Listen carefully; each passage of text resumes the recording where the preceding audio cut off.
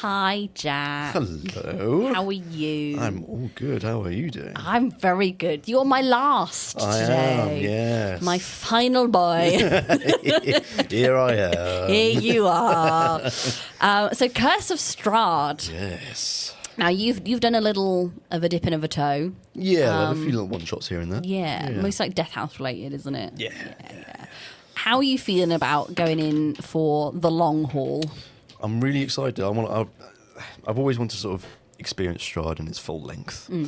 And there is no greater opportunity than the one we've got here. Yeah. And I'm sure you're going to do absolutely wonderful things with it and change and turn a few things, which is going to be awesome as well. Yes. So, yeah, I'm really looking forward to it. Yeah. Is there anything that you're expecting or anything you think's going to come out of it? I mean, I know Curse of Strahd is meant to be, it's horror, but I don't know how deep that horror is going to go. Sure. Is it going to be gory or is it going to be more like, what's the word? Thriller kind of horror? I don't know. Yeah. So yeah, I'm curious how it's going to go, but I'm excited either way. Nice, lovely. And you've given me a lovely character to play with. Thank you. I'm very excited by it. There's lots to discover with your character, I feel. Yeah, I think so. Yeah. I'm like, obviously knowing a little bit about Curse of Strahd and how it all plays out a little bit. Yeah. I'm intrigued as to how that story's going to come and get involved with it. Yeah, sure. Any theories? God. I mean, I can't really say without going too in-depth of my character. It's up to you how much or how little you do. It's fine. I feel like the deity that I pray to will have some significant weight in this. Sure. And I think they're probably not going to turn out to be something that Gabriel expected. Cool. But other characters in the story, I have not a clue how they're going to turn out. So it's a real mix. It's going to be a wild ride, and literally just after doing these session zeros today, okay, stuff happens. Stuff happens. We love stuff. Yep. Yeah. Yep. Alrighty. But yeah, I mean, we might as well. If you're ready, we might as well crack Absolutely. on in. Yeah. Okay. Let's get going. I've pressed the button. I'm going in. A shadow looms. You are cold, and you are afraid. Though of what, you are not sure. There is a sense of being watched as you try to keep as quiet as you can. You take in your surroundings, but you cannot make out much in this all-consuming darkness. There are vague shapes around you. An altar, perhaps? A slab? It is nearly impossible to tell. Yellow eyes appear in front of you, almond-shaped, with dark slits for pupils. Impossibly large. They stare at you as a toothy maw, dripping with blood, grins beneath the eyes. It starts to slowly open, rows of jagged, pointed teeth inching towards you.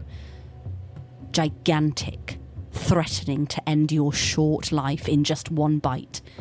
When a searing pain makes you cry out. Can you make a Constitution saving throw for me, please?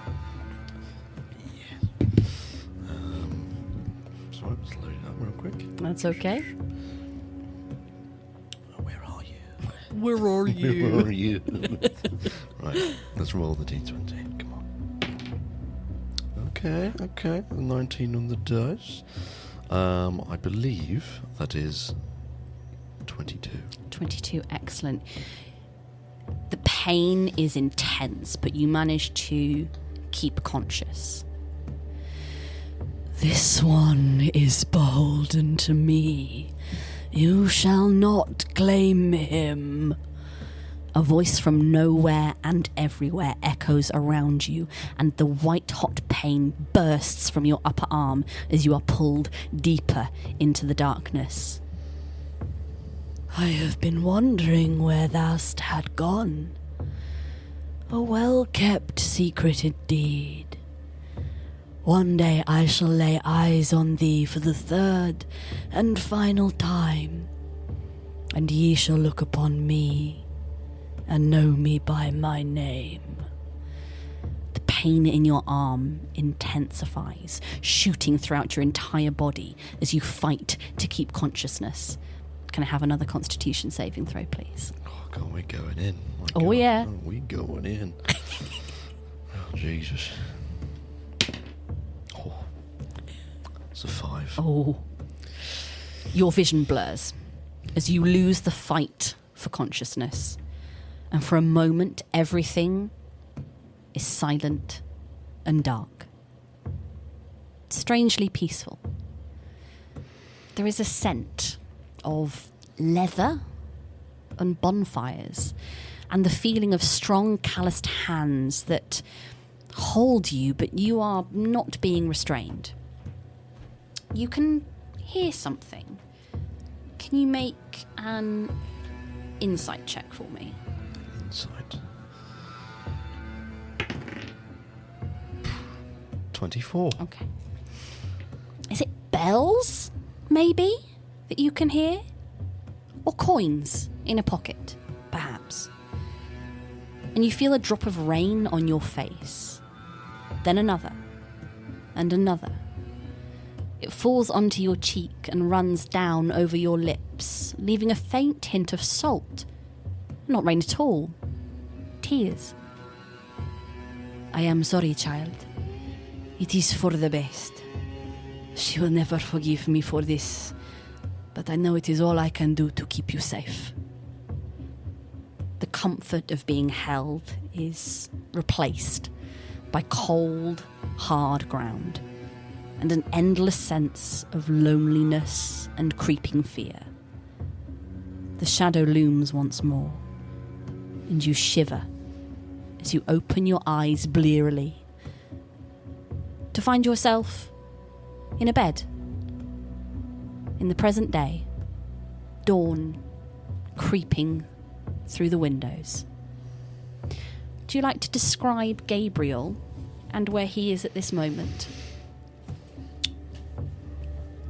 Gabriel is human, bald with many black marking tattoos over him, over his face, over his arms. One of these symbols is larger than the rest on his right shoulder. Typically wears a sleeveless, hooded, not a gown, but it's it's very loose fitting, and very simple clothes. But he is quite young, in his early 20s, and I think waking up in a bed probably will be in some sort of one of the many villages I'm sure around, and has maybe only just enough coin to pay for the night, and wakes up in whatever time of day it may be. Definitely trying to piece together everything that's just happened, maybe in his dream or his nightmares. There are many questions floating through his mind. I think that first part of the nightmare is something familiar to you. Mm-hmm. And you that lingering pain, maybe you run your hand across your arm where that larger mark is, and you remember its origin. That day you first woke up and found it. Yeah. And it's almost like that residual memory of pain stays with you. Yeah. Shall I carry on? Please do. Yeah. I think Gabriel doesn't stick around for too long in this village. having only been away from the monastery for about a month or so, he likes to move from village to village, and so he's not well known, but it's kind of like rumours are being had where he's just wandering through villages and is helping people. Not to a great extent, but for the unfortunate, helps heal their wounds and keeps to himself where he can. And I think after waking up from this room in maybe some inn in a village, swiftly kind of makes his escape from the village to move on elsewhere. And will find himself probably wandering to the next village along, maybe along the coast. Yeah. Where I think this next village is maybe slightly more built up, and like it starts to have like palisade walls, and this village has like a couple of guards protecting it. And as he approaches, I like these guards try to sort of stop him and inquire as to why he's here. It's fine. My name is Gabriel. I am but a cleric, and I'm here to help. I'm here to help those in need. Oh yeah, cleric is it? What god Yes. do you pray to? The unnamed. I promise I mean no harm. Unnamed? I ain't heard no unnamed. You heard of any unnamed John? I ain't heard of no name. Unnamed god is it? Oh, I don't know about that. He looks like a cleric though, doesn't he? And they sort of look you up and down. I bear no arms. We've got two on you right there. Yeah, you. Go on, kid, in you go. Go on, we're just pulling your arms. I think he half smiles and then just like, yeah, okay. All right, you take care, kid. Oh, that was a good one, John. Yeah, thanks. I think entering this village, the first thing he starts to do is to look around for these people who are maybe less fortunate and those in need, fallen on hard times, and eventually finds a couple of people in like an alleyway between two dwellings. I think they maybe have like a small fire going in between them, and notices that one of them is wounded in some sort of scrap, or the reasons don't matter. And Gabriel approaches, and I think these two people are a little bit wary of outsiders. Sort of like, almost like skittering back a little bit as you approach. Sure. No need to fret. I can see you sustained some injuries. I can help you. I think you see these two, younger than you, barely teens, young children, a boy and a girl in raggedy clothes. Her shawl is full of holes. His trousers are torn at the knee, and he is sporting a large gash down the side of his face that's bleeding, that she's like ripped off part of her petticoat and is trying to staunch the bleeding. You watch as she kind of like pushes him back a little bit. Could you make an insight check? 10. She's clearly the slightly older of the two, and has definitely taken the protective stance. You see her kind of put her hand to her hip, and you just see the flash of a small knife as she's getting ready for trouble. We don't want no trouble, mister. I don't want any trouble either. I can help. I can help this one. What's your name? I'm Martha. This is Tommy. Martha? Tommy? I'm here to help. I have magical means to heal. They sort of look at one another. This gash is bleeding quite profusely, and the boy is getting paler. Could you just make a persuasion check for me, please? 16. We can't pay you no coin, mister. I expect none. And you can see she looks to the boy and back to you, sort of takes in your countenance, your visage, and sort of takes a step to the side. All right, but no funny business. I promise you there will be none. And like, very much keeping his hands like out in the open, you know, and slowly approaches Tommy and starts to peel some of the bandages that have, the rough cloth that's been put over the gash, and starts to channel some. I hesitate to use the word holy. Divine? We'll say divine. Better. Thanks, Jack. Divine magic through his palms and just kind of hovers it like a centimetre away from this wound on his face, and very slowly starts to magically stitch up this wound.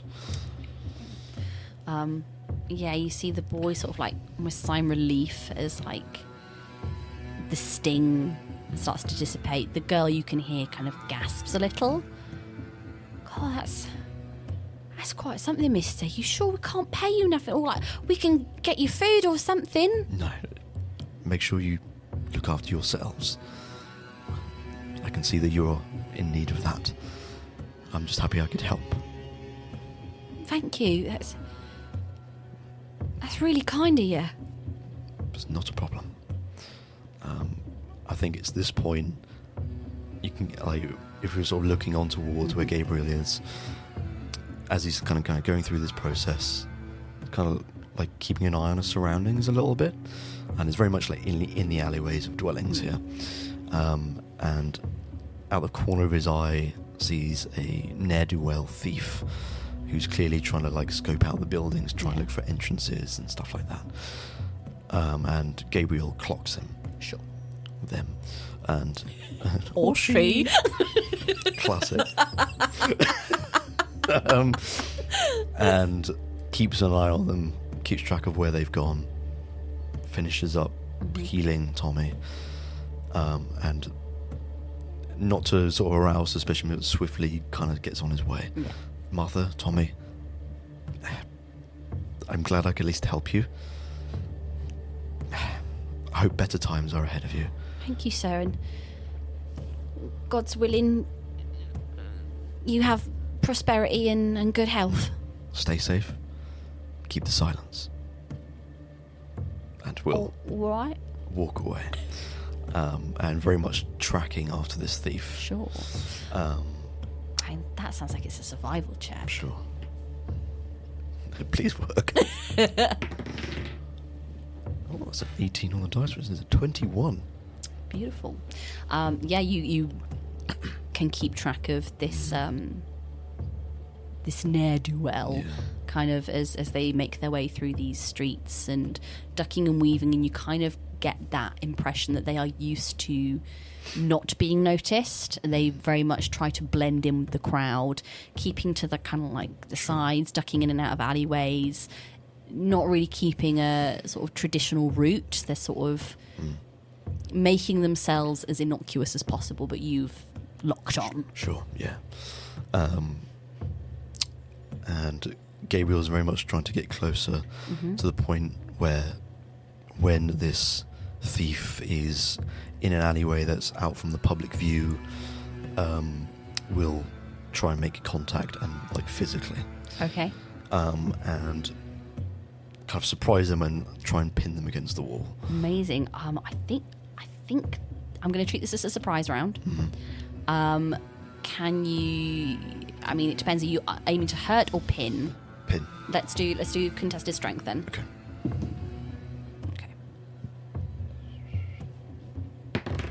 Just a straight strength check? Straight strength, yeah. Okay. You can add your athletics to it. Okay.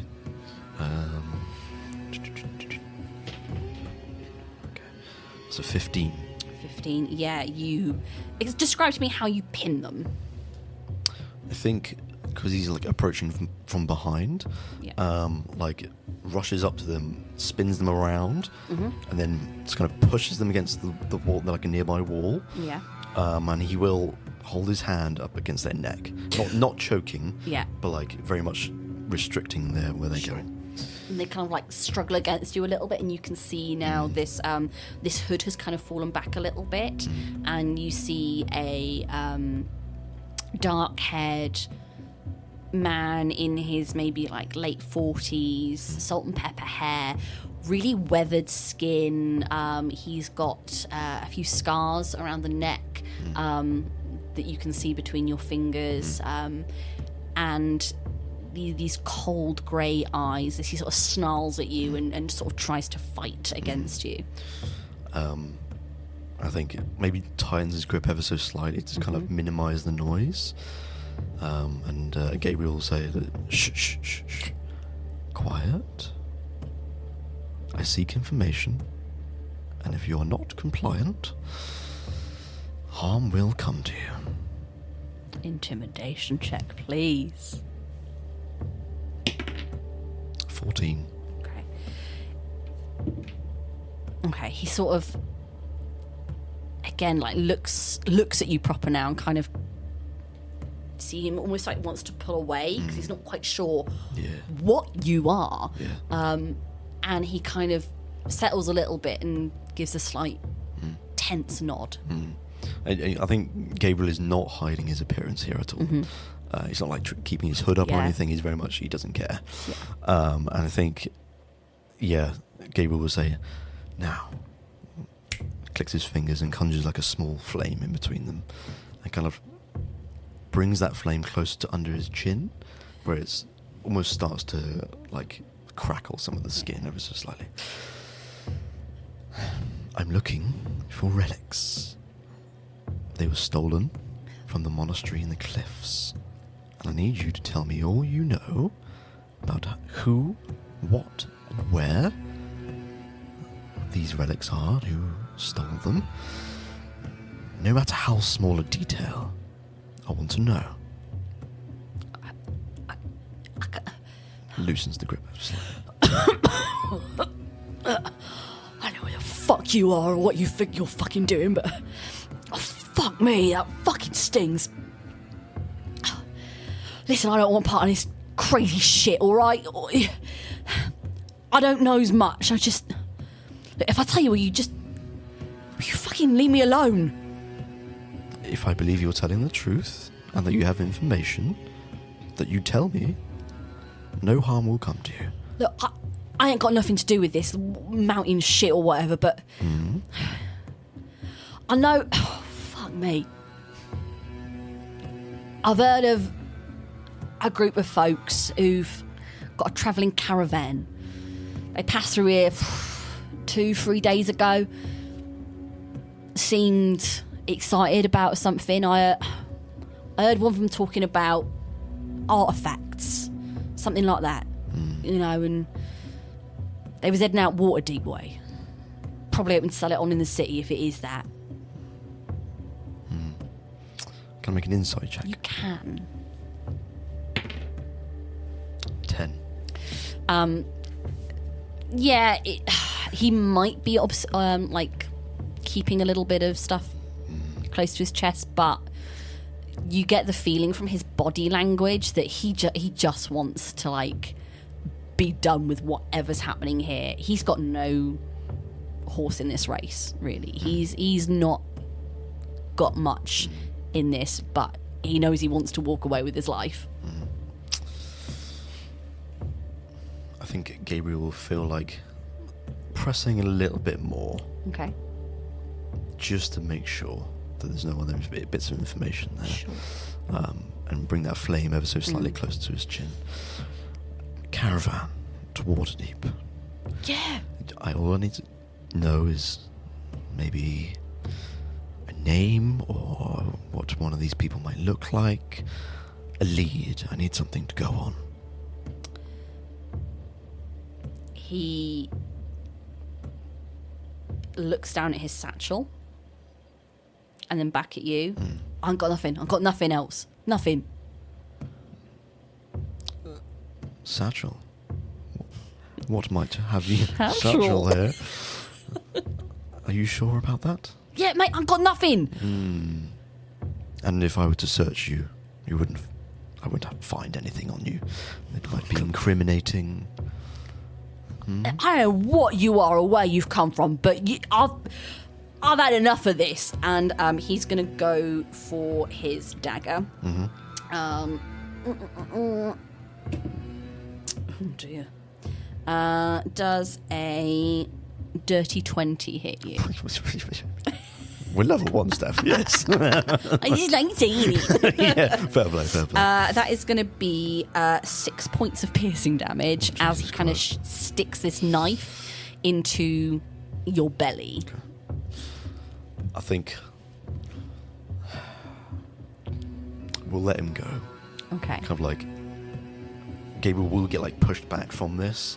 Sure. And almost like just try and push him to one side. I don't think he'll say anything. He'll just kind of hold the wound.